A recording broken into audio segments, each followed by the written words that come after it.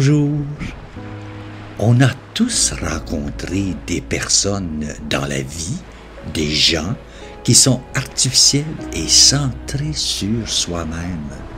Ça paraît sur leur face, dans leurs actions. Oh là là, on est dans une génération où ça pousse comme des champignons.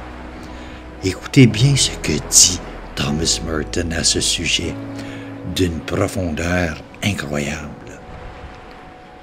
Un homme qui n'est pas humble ne peut accepter la louange avec grâce. Il sait ce qu'il devrait en faire.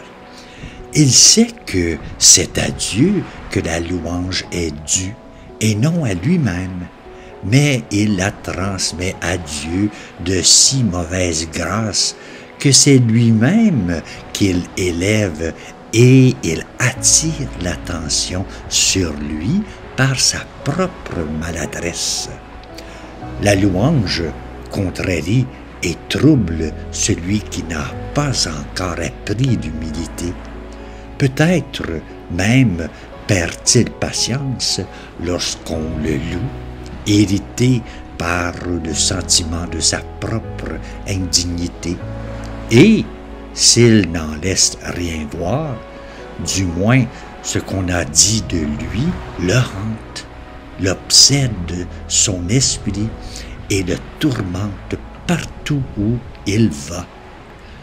À l'autre extrême, il y a l'homme qui ne possède pas la moindre humilité et qui dévore la louange s'il en reçoit, comme un chien qui happe un morceau de viande. Mais il ne la constitue aucun problème. Il est tellement reconnaissable que, depuis Aristophane, il a joué son rôle dans toutes les comédies. L'homme humble reçoit la louange comme une vitre nette reçoit la lumière du soleil. Plus réelle et plus intense est la lumière, et moins on aperçoit la vitre. J'aime ce que saint Augustin disait. Tu veux être saint?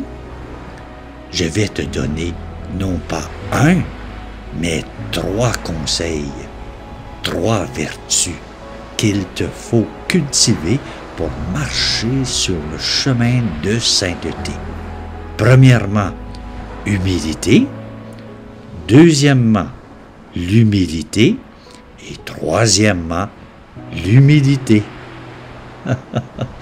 Ne jamais oublier que nous avons besoin d'amour, comme nous avons besoin d'eau. Nous avons besoin les uns des autres, comme nous avons besoin de la terre que nous partageons. Pourquoi tout ce tralala sur la planète? Bonne journée.